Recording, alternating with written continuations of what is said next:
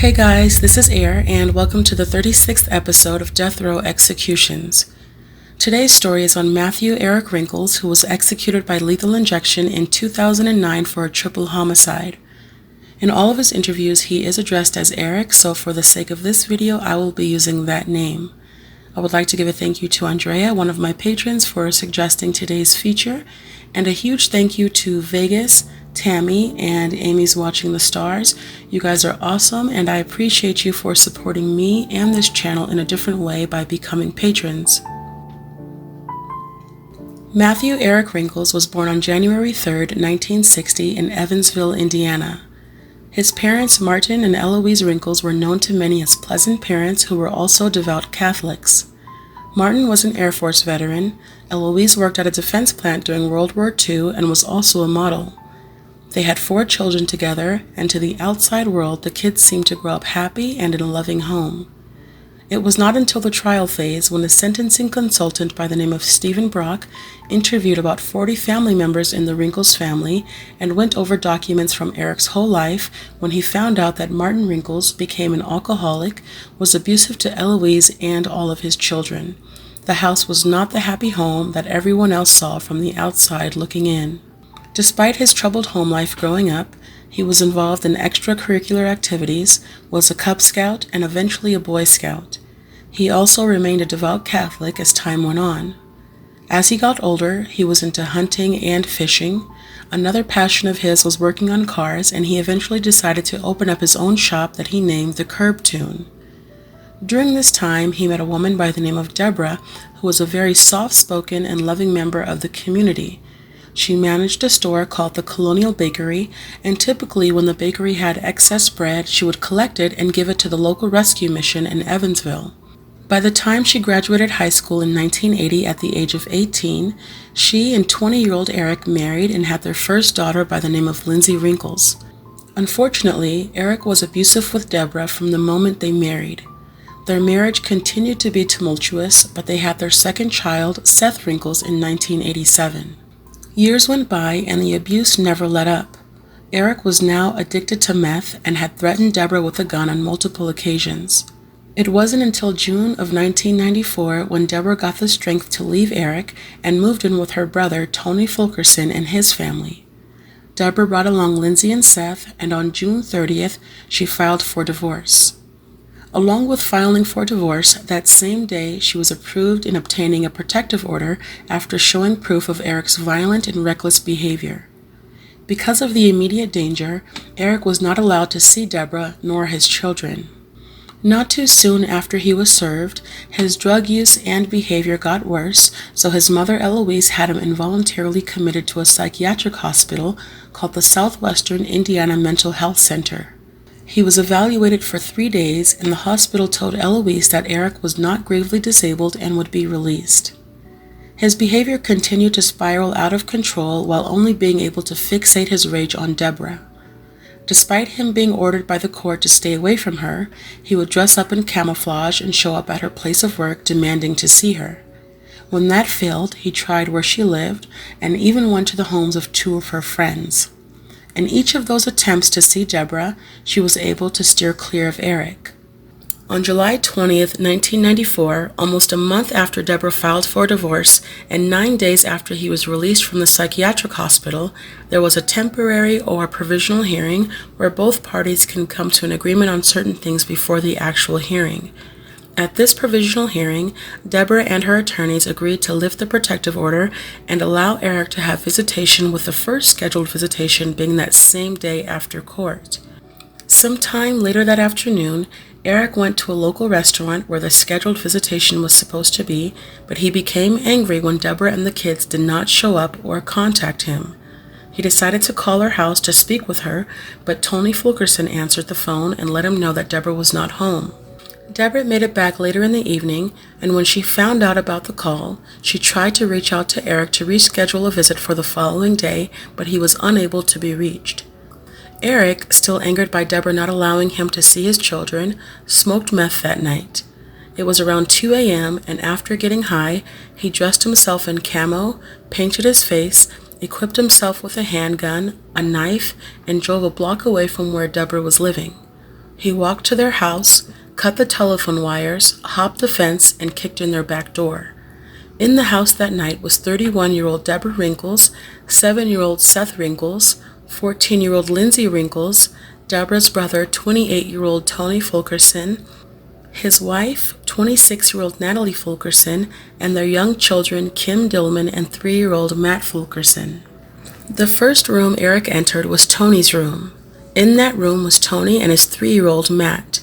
Eric fatally shot Tony 4 times. D.R.E. then woke up to the sound of gunshots, so she grabbed her gun that she purchased for protection, ran to where Eric was, and shot him in the arm.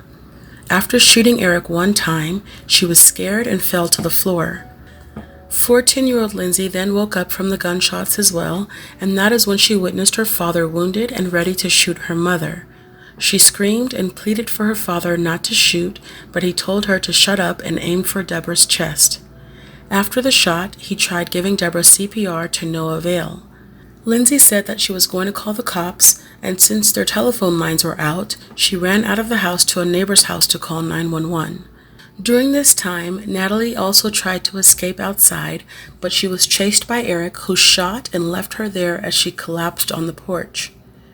After the triple homicide, Eric fled the scene and drove to Warwick County and stayed with a cousin. Police found Eric the following day, and they found the weapon he used for the crimes as well. He was charged with 3 counts of murder and taken to jail to await trial.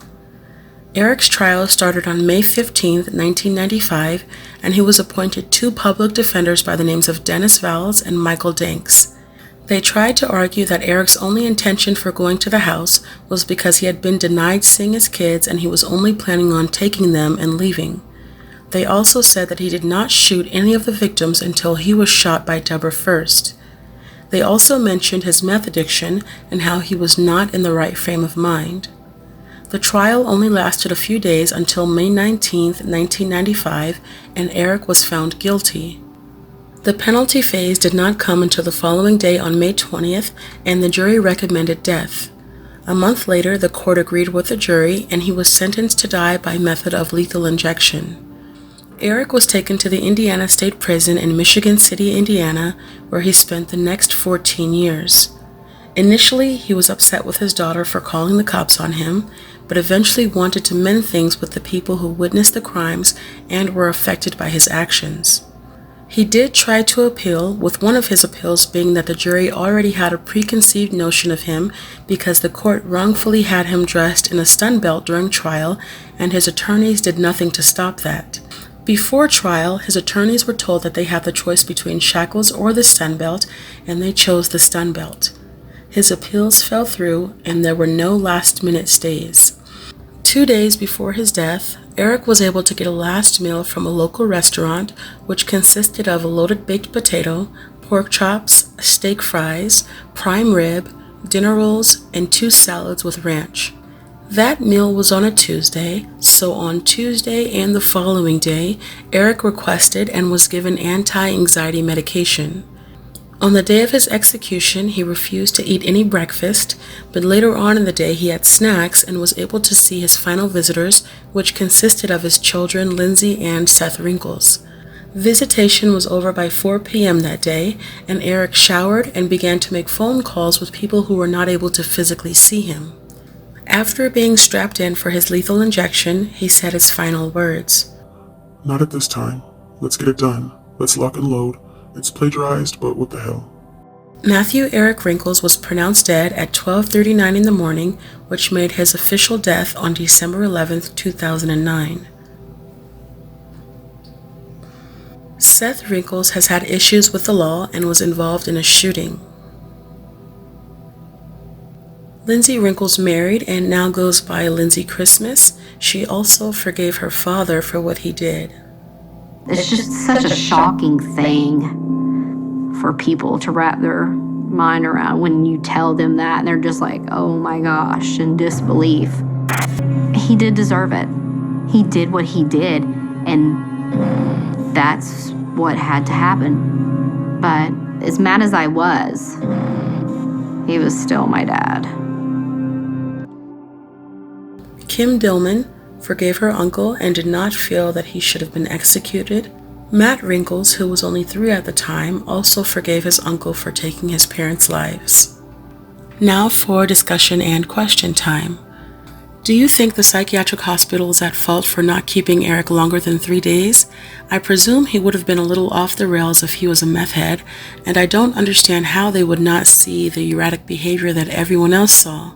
I am a little confused, so if any of you have ever worked in a psychiatric hospital, do you know if they ever refer people to rehabs or any other programs if they aren't fit to stay at the hospital?